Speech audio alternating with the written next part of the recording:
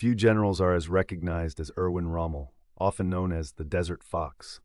Despite serving under the Third Reich, even his adversaries sometimes describe him as bold, energetic, and decisive. When he arrived in North Africa in 1941, it marked a turning point in the region, and his conquests with his armored divisions added to his legendary status, winning him Adolf Hitler's favor. Nevertheless, Rommel's campaign in North Africa ultimately culminated in a complete defeat. The question remains, how did the Allies manage to expel the Desert Fox from Africa? By January 1941, the British appeared on the verge of achieving victory in North Africa. Tanks, such as the Crusader model displayed at the Tank Museum in Bovington, were elements of the British-commanded Western Desert Force, which consistently defeated Italian troops, capturing Tobruk and threatening Tripoli, a major port under Italian control. Mussolini's North African ambitions were in shambles, which led him to seek support from Adolf Hitler. Although Hitler considered the North African campaign less critical, the potential collapse of Italian forces could jeopardize the Axis alliance.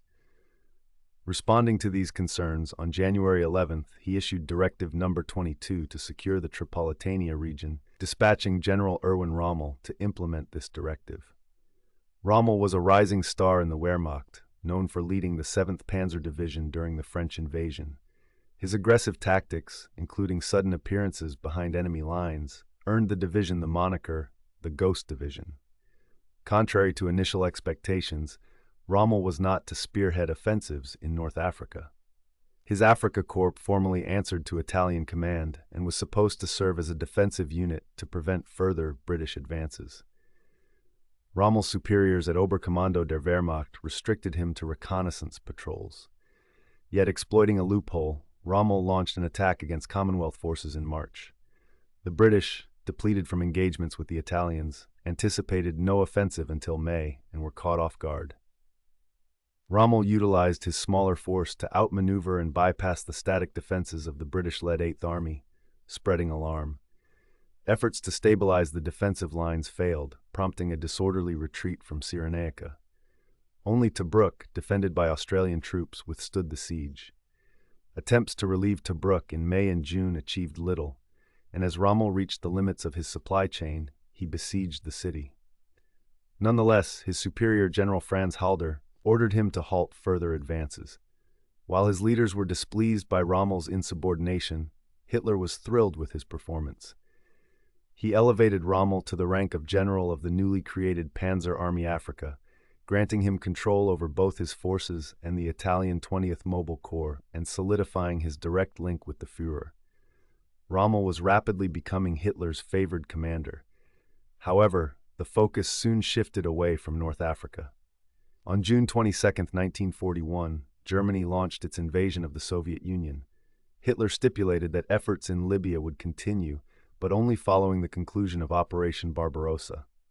Meanwhile, the newly appointed commander of the Western Desert Force, General Sir Claude Auchinleck, had other priorities.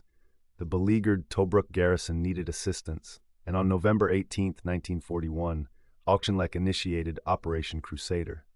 Following naval commando operations, the 8th Army mounted a surprise assault, catching Rommel off guard.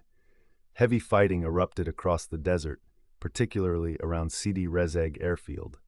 Despite the tough start, German forces gradually seized the advantage.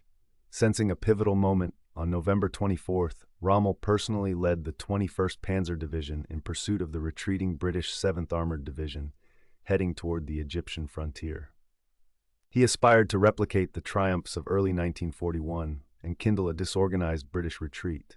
His strategy, later called the dash to the wire, was daring but unsuccessful. Though Rommel advanced 60 kilometers, the 8th Army did not disintegrate.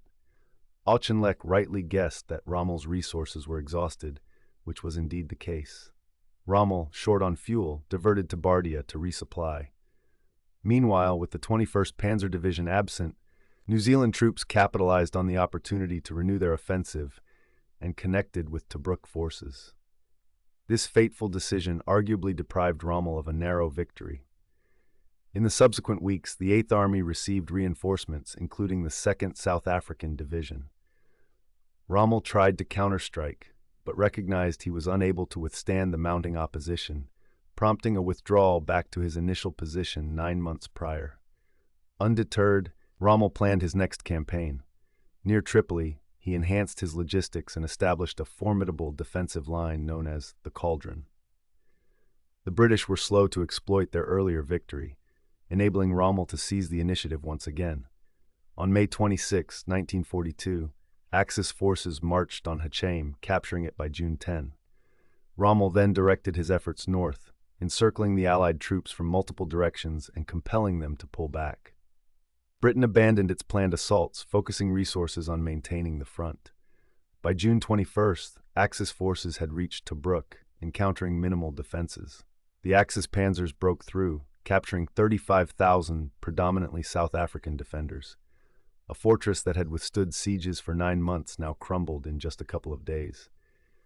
Hitler, in high spirits, promoted Rommel to field marshal, and Rommel later reminisced that June 21st marked the pinnacle of the African campaign for his forces.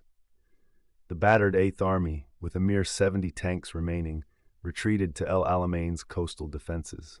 Cunningham, an anti-tank gunner with the Royal Horse Artillery, found himself engaged in a fierce skirmish with a panzer on the 3rd of July. The opposition retreated, leaving 5 tanks behind. The northernmost was a Panzer IV, which had stopped but was still operational, relentlessly firing high-explosive rounds at my position. The commanding officer approached, instructing me to halt firing due to critically low ammunition. Despite my protest, he insisted, walking about 18 meters away when an explosive shell from the same adversary soared over us, detonating near him and severely wounding his throat. Unable to abide by orders in good conscience, I fired twice more, effectively dismantling the enemy tank. British Prime Minister Winston Churchill pushed Auchinleck to launch a counteroffensive, but the general conveyed that the 8th Army was depleted. Churchill dismissed him due to this perceived reluctance and replaced him with Bernard Law Montgomery. Montgomery, however, acknowledged Auchinleck's assessment. The 8th Army indeed required recovery and retraining. Positioned at El Alamein was advantageous, bounded by the sea to the north and the impassable Qattara Depression to the south, narrowing the front to merely 40 kilometers, which hampered Rommel's strategic flexibility. Concurrently, British signal intelligence had uncovered the German strategy, leading Montgomery to permit Rommel's assault from the south, aiming to steer Rommel's panzers towards Alam el Halfa, a fortified area teeming with entrenched tanks and artillery. Commencing on August 30th, the Axis attack proceeded as envisaged, and Rommel walked into the planned trap. While both sides sustained significant casualties, the German offensive faltered. Facing health challenges, Rommel returned to Germany for recuperation, but he wasn't alone in reaching physical limits. Harsh desert conditions, insufficient food, and overexertion led to widespread sickness among German troops. Many initially treatable conditions were neglected until the soldiers were near their breaking point. A lance corporal from the 15th Panzer Division noted in correspondence, "The lads come here and after weeks, they collapse. Most are sent back to Germany, yet they don't complain. It's all for a greater Germany." As Axis forces faltered under growing pressure, the British seized the advantage. Montgomery inaugurated the Second Battle of El Alamein on October 23rd. Now assuming a position of attack, the prime hurdle for the British was traversing the extensive German-Italian minefields. Progress was slow due to variation in unit advancement speeds and the time-intensive mine clearance process. Despite inflicting severe losses upon the advancing British, German anti-tank guns were also incurring substantial losses. On October 24th, Rommel's temporary substitute, Panzer General Georg Stumm, succumbed to a heart attack, necessitating Rommel's swift return to crisis management. On November 2nd, Montgomery launched Operation Supercharge, aiming to breach German defenses along Kidney Ridge.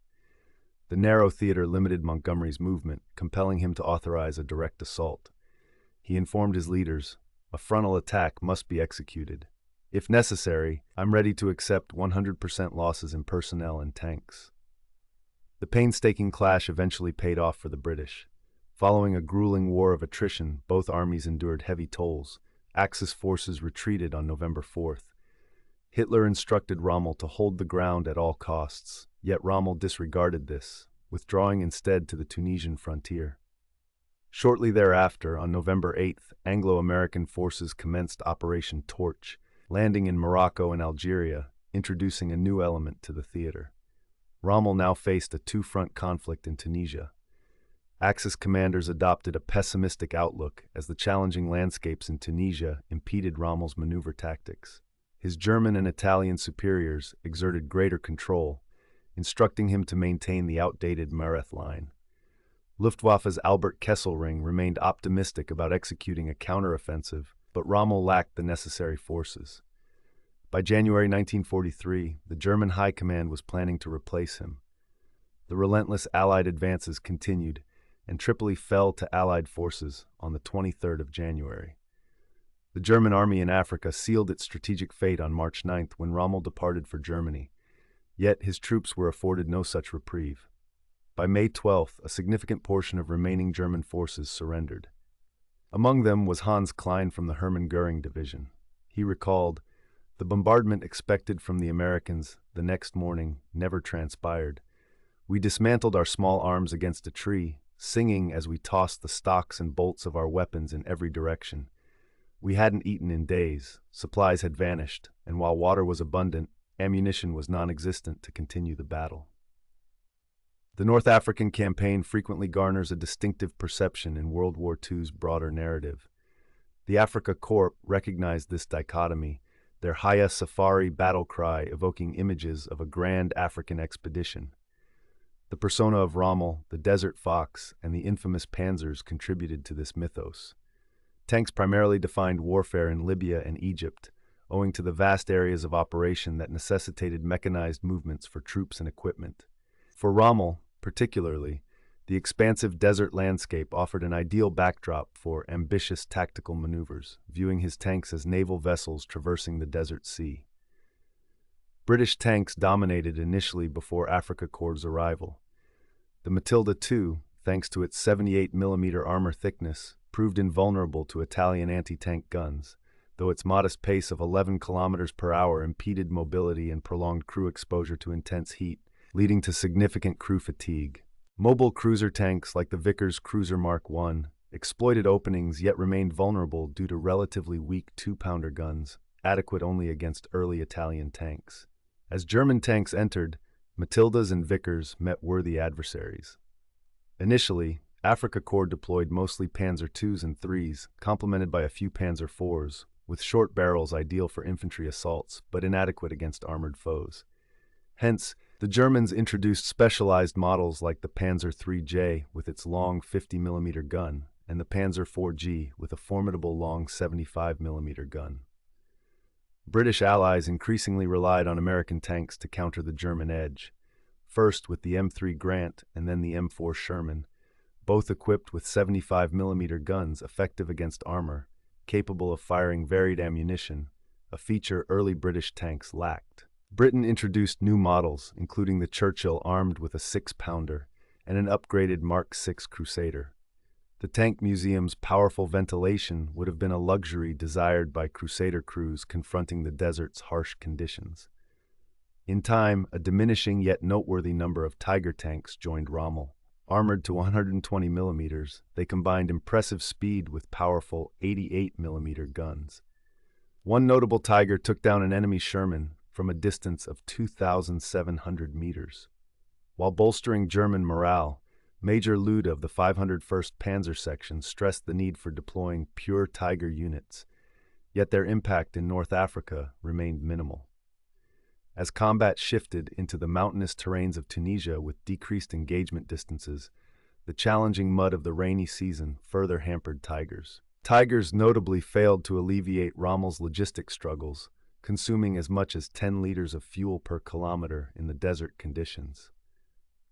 Some historians argue that German technical superiority was marginal, suggesting operational deployment was key.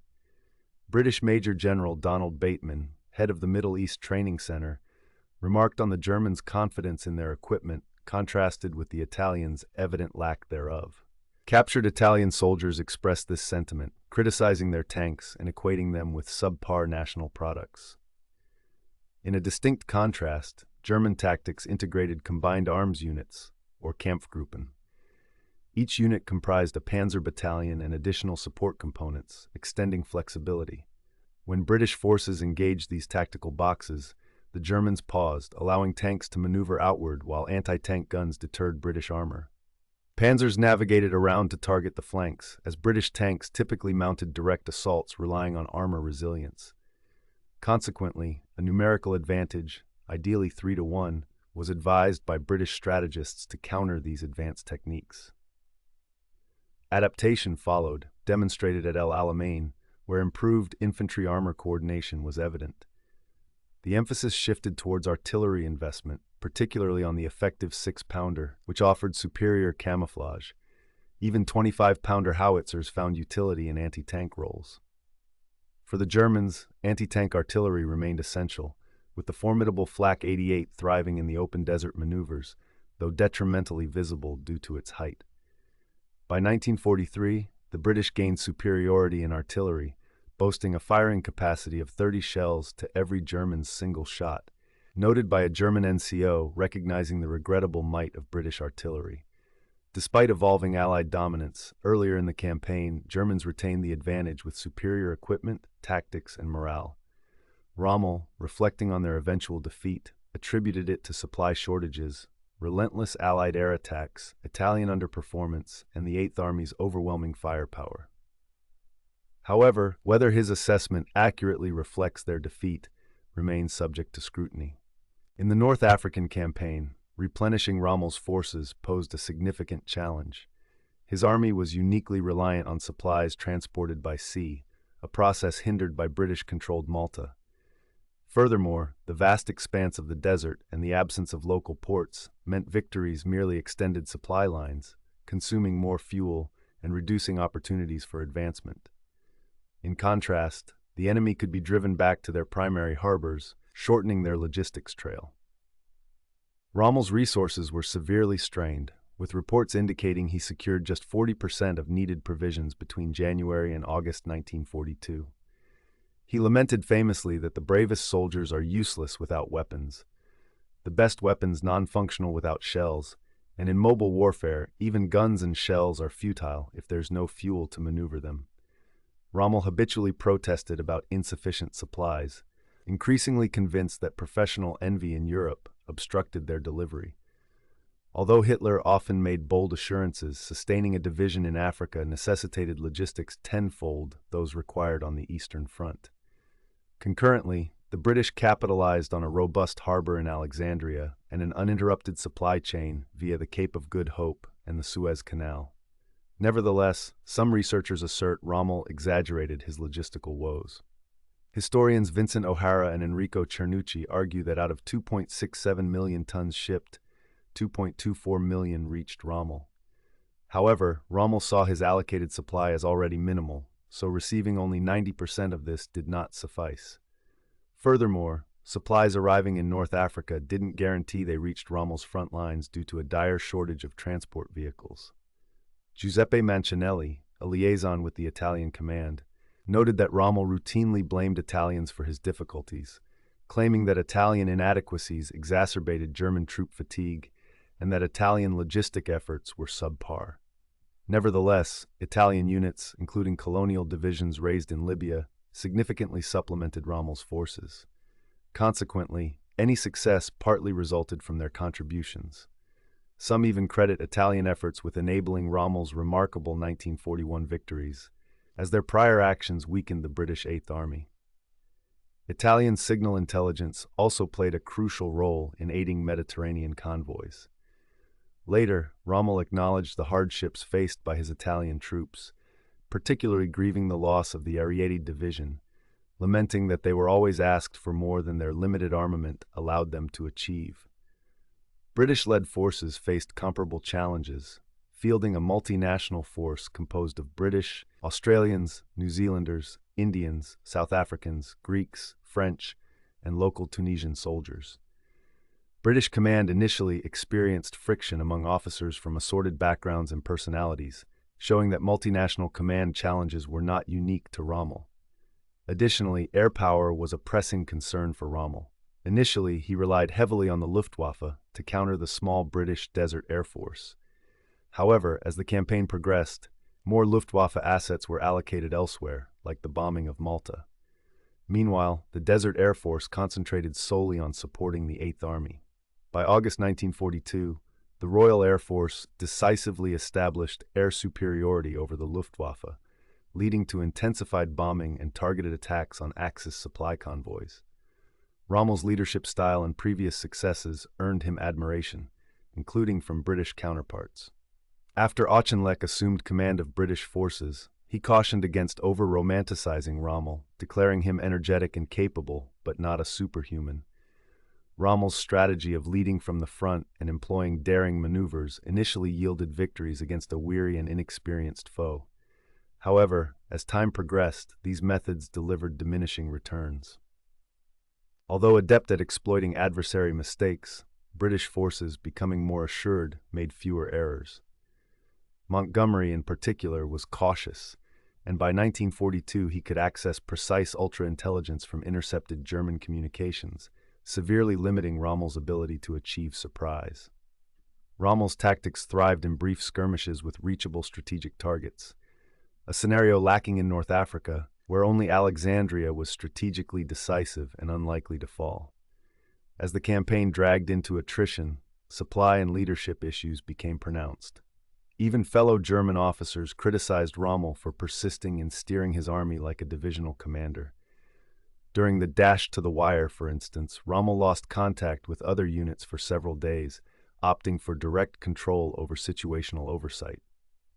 Many factors contributed to Rommel's setbacks: scarce supplies, the challenging terrain, internal command tension, and the two-front war dynamic. Moreover, his own leadership practices played a role. However, a critical distinction between Axis and Allied efforts in North Africa was their relative importance.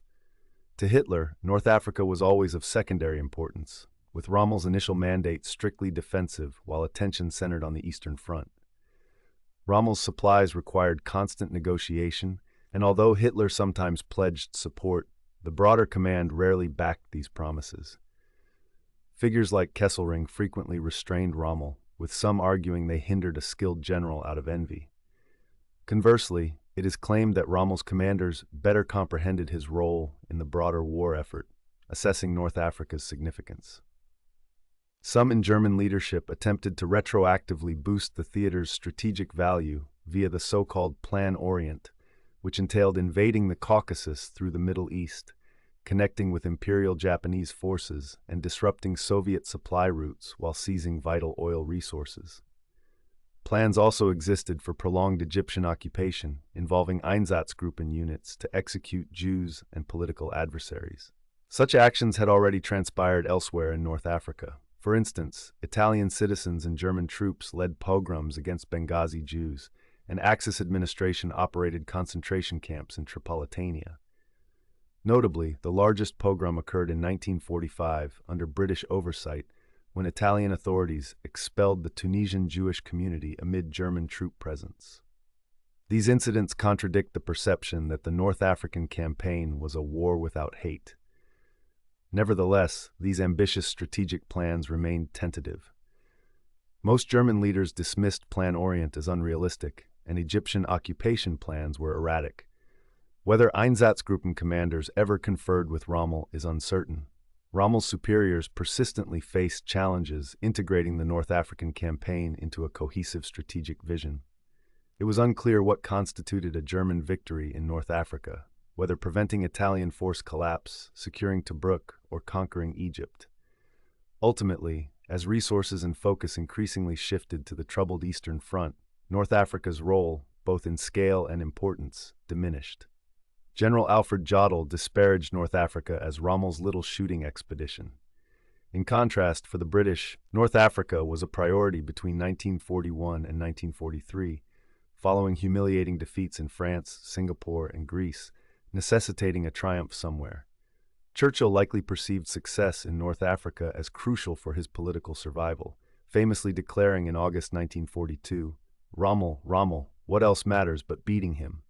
Consequently, Allied forces received ample support, supplies, and intelligence. Germany, in contrast, redirected assets like its famed Tiger tanks predominantly to the critical Eastern Front.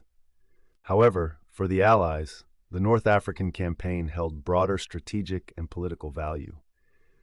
Operation Torch signified serious United States engagement in the conflict and served as a springboard for further operations in Europe. America's involvement in the conflict against Germany marked a turning point, with a larger focus on Europe, enhancing its victories in Africa. This strategic advantage was expected to exploit what was believed to be the Axis's weakness, setting the stage for the Allied invasions of Sicily and Italy. By 1943, this facilitated the opening of a secondary battlefront in Europe. Overcoming Rommel in Libya and Tunisia paved a difficult and expensive yet hopeful path toward triumph. The subsequent operations, from landings in Italy, Normandy, and southern France, to the Soviet Union's Operation Bagration, gradually pushed towards significant achievements by early 1945. The Allies aimed at the Rhine within Germany, while the Soviet forces prepared to seize Berlin. The conflict in the Rhineland would become the final grand confrontation in the West, while Berlin's struggle signaled the last in the East. This critical phase saw millions of Allied troops prepared to dismantle Hitler's Germany, with diminishing German forces left to defend it. For those interested in these pivotal showdowns, we have produced 2 extensive World War II documentary series. These comprehensive chronicles span over 8 hours and are available in Rhineline 45, highlighting the intense Lower Rhine campaign, from border rice fields to the Allies crossing the Rhine, the largest one-day airborne assault of the war. 16 Days in Berlin offers a detailed day-by-day examination of the protracted 2-week struggle over Berlin. The documentaries were captured on the original battle sites, featuring insights from experts like Ian from Forgotten Weapons and David Willey from the Tank Museum. They depict World War II with raw authenticity, unrestricted by conventional platforms like YouTube. So you might be wondering where to stream 16 Days in Berlin and Rhineline 45. The answer is Nebula, a platform designed collaboratively with other content creators. On Nebula, we are not constrained by algorithms or commercial restrictions, and the audience backs us by engaging with our content, which remains free from advertisements and often appears there before being shared on YouTube. By joining Nebula at nebula.tv/realtimehistory, you can now benefit from a generous annual subscription offer, enjoying a 40% discount and gaining access to 16 Days in Berlin, Rhineline 45, and our newest Nebula original series, Red Atoms, focused on the Soviet atomic project.